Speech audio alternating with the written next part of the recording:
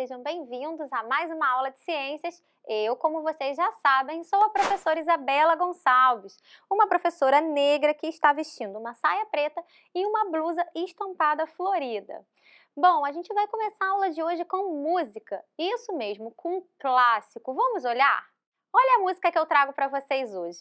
Mandacaru quando fulora na seca. É o sinal que a chuva chega no sertão. Toda menina que enjoa da boneca é sinal que o amor já chegou no coração. É uma música do nosso rei do Baião, né? O Shot das Meninas, de Luiz Gonzaga. Qual será o bioma que essa música representa? Acertou aí de casa para quem falou Caatinga, exatamente a Caatinga, o nosso bioma estritamente brasileiro que essa música retrata. Bom, já que estamos falando da Caatinga, vamos relembrar os biomas, né, os ecossistemas brasileiros? Nós temos a Amazônia, o Cerrado, o Pantanal, o Pampa, a Mata Atlântica e a Caatinga. E hoje nós conheceremos um pouquinho mais os biomas Cerrado e Caatinga. Vem com a gente! A Caatinga, ele vai ser um bioma basicamente da região do semiárido. Se a gente olha a localização, né, onde está dentro do Brasil este bioma, a gente consegue observar todos os estados, olha, que apresenta esse tipo de vegetação característica da Caatinga. E a gente vai conhecer essa região como sertão nordestino, né? Então a gente tem aqui, olha, desde Minas Gerais, a Bahia com a sua maior representatividade e demais estados brasileiros tendo esse ecossistema. E como é que acontece esse ecossistema? Qual é a característica principal dele? O primeiro é que ele é brasileiro. Ele só existe no Brasil, pessoal. E o mais interessante é que a palavra caatinga, ela vem do Tupi-Guarani. E esse Tupi-Guarani representa a Mata Branca. Mas, professora, por que Mata Branca? É justamente esse desenho aqui está representando. Nós teremos duas estações na Caatinga. A estação que chamaremos de chuvosa, que vai do período de outubro a março, e a estação que chamaremos de seca, de maio a setembro. E o que acontece? Nós teremos no período de chuva uma paisagem mais verde, e quando tem a região da seca, né, o período da seca melhor, esses troncos eles vão perdendo, melhor, essas árvores vão perdendo as suas folhas justamente para economizar água, devido ao seu clima ser muito quente, muito seco. Então, como eu tenho baixa umidade, o que vai acontecer? A estratégia que a planta utiliza é perder as suas folhas e por isso ela fica com esse aspecto de mata branca. Bom, e olhando essa paisagem, aí sim vocês conseguem ter essa visualização da mata branca, concordam? Porque aí vocês conseguem ver o quê? Imagens de plantas bem retorcidas, com características bem secas do clima, do solo e uma representatividade muito grande de quem? Dos cactos. Plantas essas que são estritamente adaptadas a esse clima quente e seco. E como vocês observam aí, esse representante é o mandacaru, bem dominante nessa região. Bom, em relação à sua flora, como a gente já adiantou, a presença de cactos ela vai ser o quê? Marcante. A gente tem o xique-xique, o mandacaru, a palma, que inclusive é até utilizada para alimentação. E a gente consegue observar que essas plantas, olhem para cá, têm uma característica peculiar. O que o cacto tem? Espinho. O espinho, pessoal, nada mais é do que uma adaptação àquela região estritamente seca. O que vai acontecer com o espinho? Ele é uma folha modificada para evitar a perda de água. Agora a gente tem uma planta ali que não perde as suas folhas em nenhuma época.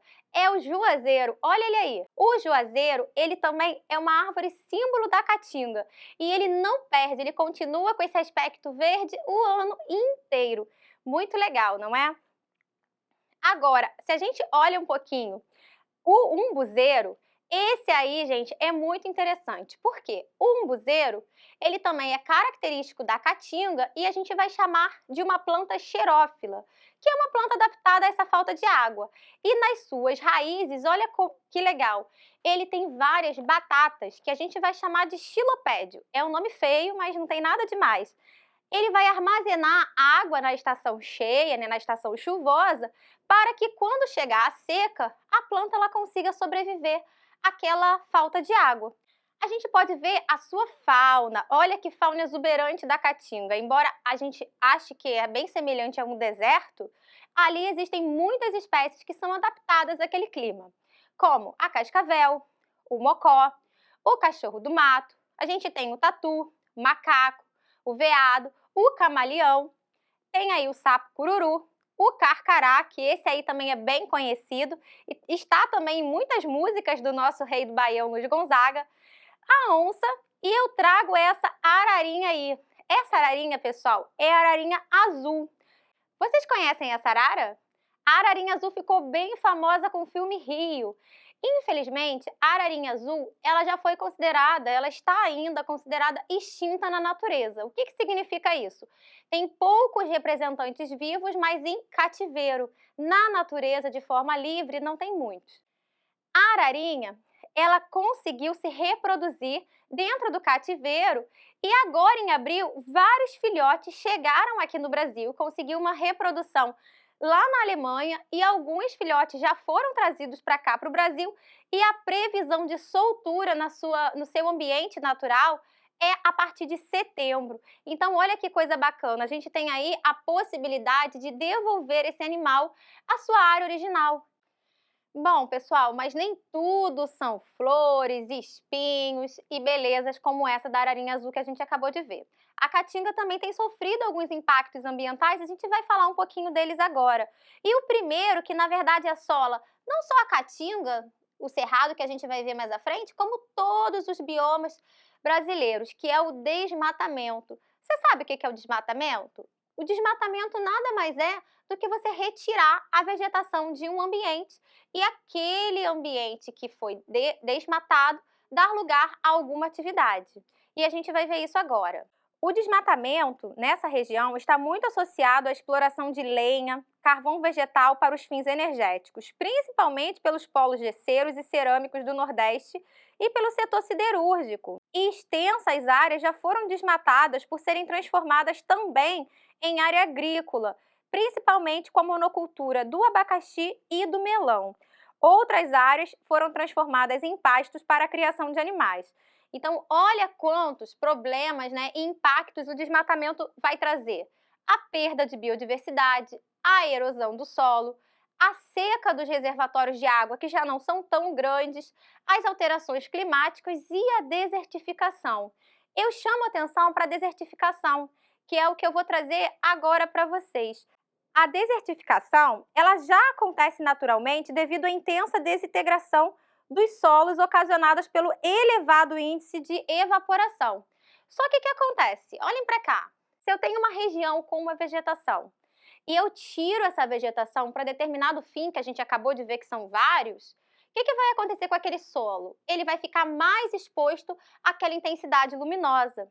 E junto com a desertificação, gente, associado a essa seca dos solos, a esse empobrecimento, a gente tem aí a seca, A gente tem a seca de diferentes rios. E eu trago aqui, pessoal, dois rios muito importantes. A maioria da caatinga possui rios que a gente vai chamar de intermitente. O que é intermitente? No período de cheia, ele tem o seu volume de água e no período de seca ele acaba secando de fato.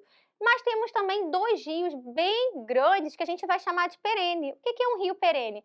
É que ele vai ter um volume de água independente da época do ano. Só que com o aumento do desmatamento e a aceleração da desertificação, esses rios vão fazendo com que esse nível ele vai diminuindo. Eu não tenho água no lençol freático para alimentá-los. Então vocês vão ver aí baixa do Rio São Francisco e do Rio Parnaíba. E esses rios, eles são usados como fonte de irrigação para monocultura, por exemplo, e também fonte de água para toda uma população que vive ao seu redor. Então a gente tem aí um grave problema. E agora, pessoal, é a hora da gente conhecer a nossa savana brasileira. Isso mesmo, o Brasil também tem savana e ela se chama Cerrado. Vem comigo! O Cerrado, como vocês observam aí nessa imagem, ele vai ser um bioma estritamente aqui do Planalto Central. Vocês conseguem ver a sua distribuição dentro do mapa brasileiro e todos os estados que ele engloba. E ele vai ter característica, por exemplo, a formação de chapadas, como vocês observam aqui ao fundo, e a presença de arbustos, árvores de pequeno porte. A sua temperatura é mais um clima tropical, é quente e úmido, e também ele vai ter uma temperatura anual média de 25 a 28 graus Celsius. A palavra cerrado, ela vai ter um significado, ela vai vir lá da língua espanhola e ela vai significar mata fechada, ok? A gente vai ter aí a nossa savana brasileira, porque se a gente olha essa imagem, ela tem esse aspecto bonito de savana e ela vai ter uma composição e uma fisionomia muito semelhante às savanas. O que é a savana? Pequenos arbustos, uma vegetação mais rasteira. Então é exatamente isso que nós temos aqui no nosso cerrado. A sua característica principal é a presença desse latossolo. Os latossolos são profundos e vão de arenosos a argilosos. Devido a isso, ele tem uma ótima porosidade, permeabilidade e arejamento. E, naturalmente, o solo do cerrado acaba sendo levemente ácido. E é devido a grandes quantidades de espécies endêmicas dentro dessa região que o cerrado, assim como a Mata Atlântica, é considerado um hotspot. Hotspot é uma área que tem muitas espécies endêmicas. O que é uma espécie endêmica? É uma espécie que só ocorre dentro daquela região. Então, uma vez que aquela região ela tiver algum problema e desaparecer, aquela espécie também corre o risco de ser extinta. Então, isso é um hotspot de biodiversidade, é uma área prioritária de conservação. Olha que importância tem o nosso cerrado. Vamos continuar a falar agora de uma característica muito peculiar do cerrado, que é a floresta de cabeça para baixo. Por que floresta de cabeça para baixo? Como eu mencionei para vocês, as árvores elas vão ser de pequeno porte, vão ser arbusto. E aí, quando parecer pequena, ela na verdade não tem nada de pequena, porque as suas raízes elas são muito profundas. E olha que bacana, em épocas de cheia, quando essa chuva vai cair nessa região, o que vai acontecer? Essa raiz bem profunda, ela vai facilitar a drenagem da água, o solo ele vai ficar mais permeável. Então essa água, ela vai chegar até o lençol freático com mais facilidade. Então ela vai manter essa raiz profunda, um solo permeável, permitindo a recarga de aquíferos importantes, como por exemplo o aquífero Guarani. Então olha a importância do cerrado, ele vai abastecer grandes bacias hidrográficas, como a bacia do Amazonas, a bacia, por exemplo, do Paraná, com o Tocantins. E aí a gente tem uma outra região muito bacana presente no Cerrado, que a gente vai conhecer como vereda. A vereda nada mais é do que uma região bem próxima do lençol freático, a gente tem um afloramento dessa água e é uma região bem úmida. E o mais legal é que você consegue avistar a vereda de longe. Por quê? Você vai ter áreas de campos limpos e dentro dessa região aqui mais úmida, você vai ter espécies endêmicas que são características desse ambiente, como o buriti. O buriti está aqui, olha, com o seu grande porte, embelezando as veredas e isso traz uma grande biodiversidade para essa área. Então a gente tem aqui como os principais vegetais do cerrado o buriti, aqui a gente tem uma região de vereda bem bonita, a gente vai ter a canela de ema, que é uma espécie adaptada ao fogo, mas a gente está falando aqui de um fogo espontâneo devido às descargas elétricas e não fogo intencional. Ela tem a sua quebra de dormência justamente com o calor do fogo. A gente tem a sempre viva, que é uma flor muito bonita, do qual a gente conhece o capim dourado, que eu trouxe aqui para vocês, bem específico da região do Jalapão. E a gente tem aqui o pequizeiro. O pequi é o fruto símbolo do cerrado e ele é muito consumido nos estados que o compõem. Falando da sua fauna, a gente tem a arara, a seriema, a ema, o tamanduá-bandeira, o veado, o cateto, o lobo-guará, que inclusive, olha, não sei se vocês já viram uma dessa, mas eu trago para vocês a nota de R$200 e a onça-pintada.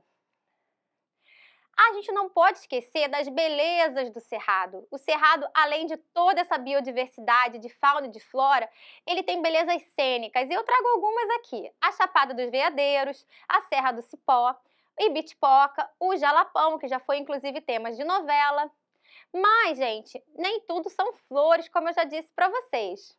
E a gente vai falar rapidamente de alguns problemas que vêm assolando essa região, como um lugar tão importante que abastece bacias hidrográficas, que tem uma beleza cênica muito bacana para o turismo sustentável e com essa fauna e flora toda exuberante tem problemas. Tem e muitos, infelizmente, a gente vai ver rapidamente sobre eles.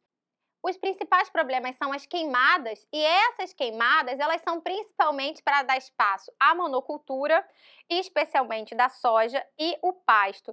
Mas, professora, por que soja? A gente não consome tanta soja aqui no nosso país. Pois é, pessoal, a soja ela vai ser utilizada justamente para compor a ração desses gados que ficam ali na pecuária para exportação. E falando em impactos, né, em desmatamentos, olha só o grave problema que está associado. A destruição do cerrado, ela traz o quê? A falta de água, porque se o cerrado você tem nascentes de rios importantes e você tem a drenagem de bacias hidrográficas, esse desmatamento você vai perder essas raízes profundas. Se eu coloco uma soja, como está aqui nessa imagem, olha a profundidade dessa planta. Você não vai ter aí a porosidade e a drenagem para alimentar as bacias hidrográficas e, consequentemente, vai ocasionar uma seca para o país inteiro. Bom, espero que vocês tenham gostado de conhecer um pouquinho mais dos biomas da Caatinga e do Cerrado, que eu vou ficando por aqui e até a próxima. Tchau, tchau!